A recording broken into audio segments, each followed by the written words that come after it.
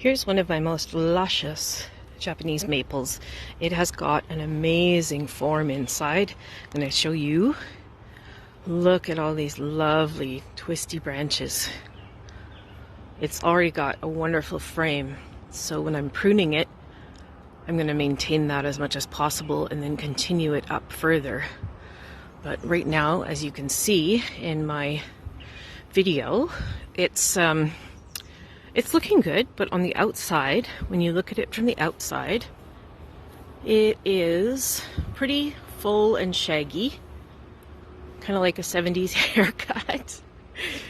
And so I'm just going to lighten that up a little bit. There's not a heck of a lot that needs to be done. It's just more sort of maintenance, maybe getting rid of the shag a little bit, and opening it up so that you can see through it a little bit more to see that beautiful structure, because that's kind of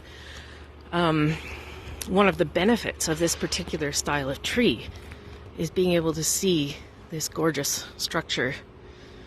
So it seems a shame to have it all covered up. But anyway, I'm going to show you what I look for when I prune it. And it's going to be interesting because I'm going to be holding the camera with one hand and showing you with the other hand. So let's go in. Okay, I'm pretty short, so I'm starting with a spot that's a little bit lower so I don't have to get up on the stool while I'm recording this. So you see in here, this has got a really beautiful arching form to it already, and I want to keep that. The things I'm going to look for are this branch here, for example, goes right over the top of this branch here. So I'm going to follow that all the way up to where it connects, which is on this side here. And Japanese maples are really brittle, so I just snap it off, the whole thing. And then that way it's not crossing over this branch and making a bit of a mess, because it doesn't need all these extra branches. It's doing just fine. It's going to do just fine. Okay, here's another thing I look for, and that is the multiple branches going in the same general direction. So you've got 3 here. This is the one I'm going to keep because, sorry, the focus is being a bitch. Okay, there we go. This is the one I'm going to keep because it keeps that nice arching form that we like in the maples. So these 2 I'm going to just pop right off.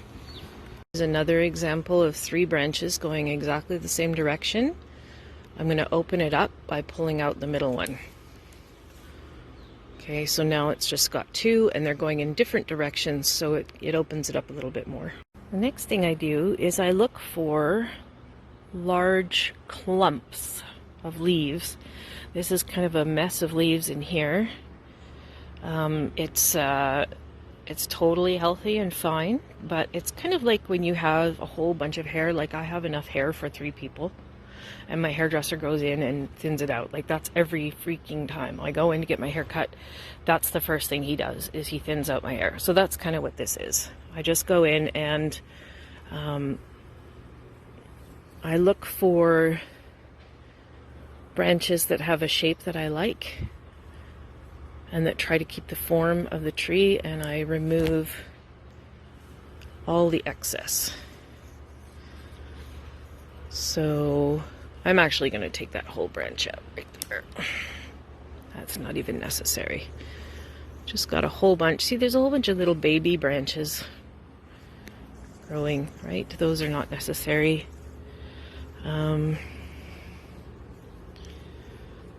This one's not necessary.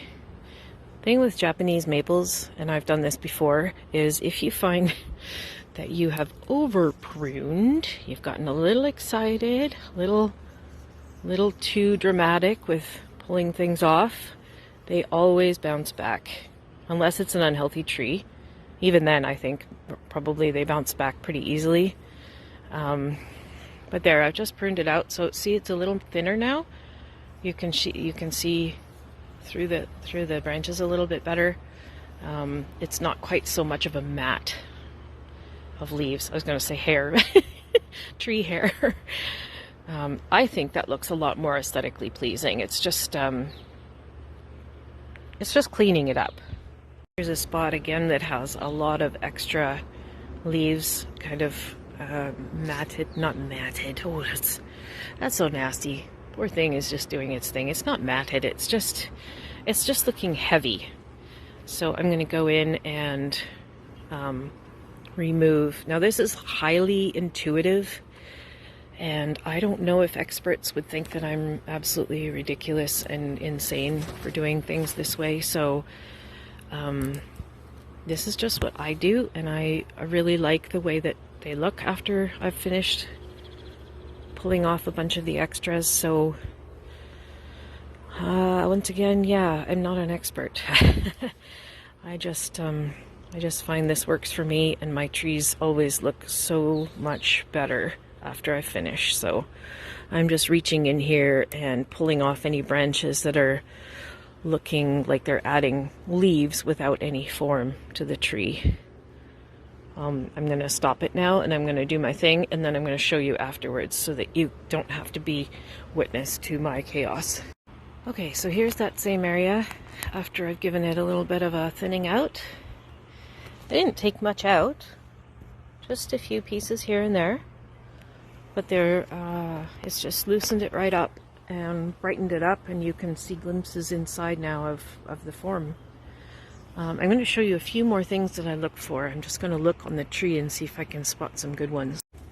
When you've pruned it in the past and it starts to regrow tree limbs on the inside, you can always just pop those off again. And if you pull them off, I mean, it's easier than cutting anyway because they're so brittle, but it's less likely to grow more. And it just cleans up the inside. It's like cutting off ear hairs or something. Like you don't need all these little ones here aesthetically. And the tree doesn't suffer with those gone. I've got this wee little Japanese weeping maple out front that will make it a bit easier to show you how to prune things that are a bit smaller. So I'm not reaching up into the canopy or of anything here. Here's a good example of something that I would look for. You see these 3 branches here. This one is crossing over those 2. I would just snap that off. And that's a little more clean looking now. We've got a number of things going on here. So this branch actually I'm just going to pull right off, and the reason is it's going over across this branch here, which adds a lot more to the form of the waterfall shape. So I'm just going to pop that one right off. Let's see if there's anything else in here that I would look for. Okay, so here we have 3 different branches. 1, 2, 3. This is the one that I want to keep, especially because it's bringing it upwards and making the form of the tree look really nice. I'm going to pop off these little ones here that don't contribute to the tree, and I'm going to leave this one because it's a nice strong one too, and it's starting to add to a little bit of the waterfall effect coming this way. Okay, in here we've got a lot of things going on. This branch here I'm going to pull out because it's going right under this branch. Doesn't help the shape of the tree at all. You see how I normally go after branches that are crossing? There's this one here crossing this one. So I'm going to follow this one back up and pop that one off. And then this one is showcased more. This one will continue to grow up, but it won't be crossing over this one, which has a really nice shape to it, and it's very healthy and strong. If you see a bunch of really tiny branches coming off the main, especially if they're pointing downwards, coming off the main trunk, you can pop those guys off. Here I have a couple of branches coming off the side of this nice strong one here, but they're pointing downwards. So I'm going to pop those ones off. You don't need anything that's growing downwards. Another example. This branch is the same one I just was showing a second ago. This branch here is leaning down. Pop that off. Now you've got a nice, clean, smooth branch coming there. I'm going to break my own rule here. These guys here are pointing down. We've got a whole bunch going in the same direction. This one I want to keep because it's got a nice strong base here. But all of these ones here are kind of redundant and they just end up crossing over down lower. So I'm going to pull off that one there. And we've got a whole bunch in here. I'm going to pull off the middle one. Anything that can open up these nice strong branches, that's what you want to do. Here's another one. This one is going upwards, but it's going across this branch and I don't want that, so I'm going to pull that one off, and that one shows, then this one will show a bit more.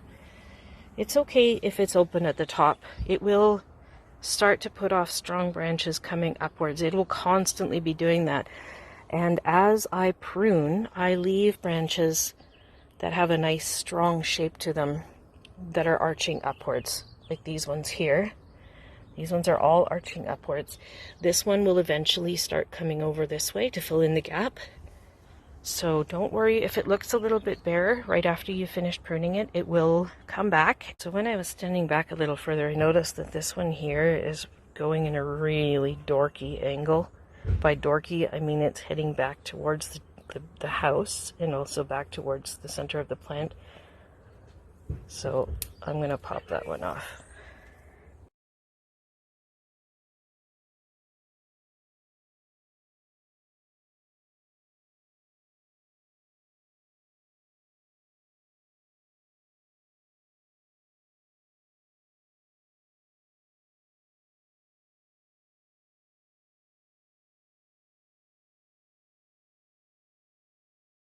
Okay, just finished up my big, beautiful Japanese boy.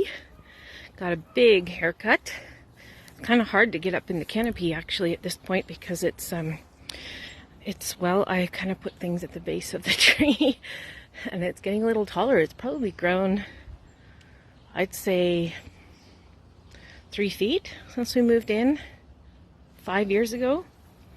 I'm going to turn the camera around though and show you the inside of the canopy now and show you how light and airy it is. Okay, so you see how you can see a lot of light through there? Wasn't quite as light and fluffy before. That's the way I like it anyway. Now, if you don't like the way that I have pruned my Japanese maple, that is okay. That is okay. Everybody probably does it their own way. This is just how I do it and how I like it. I like to draw attention to the frame inside. I like it open and airy. I like to maintain the waterfall shape, which is one of the main attractions of this particular type of maple. But if you feel like, you know, it doesn't look good because it's, too bare or something, you can still follow the same principles and not go as far as I do, or you can go further very easily. Japanese people tend to do all kinds of funky things to their trees. I'm sure you are aware. So the tree will be okay. The tree will be okay. Any bald spots, it'll fill in rapidly. And it's all, you can tell it's really healthy and happy here. I mean, it's just a gorgeous tree. So there we go. I'm going to go over the basic principles again in text format at the end for you guys. But for now, that's my video on how I prune my Japanese maples. Peace out.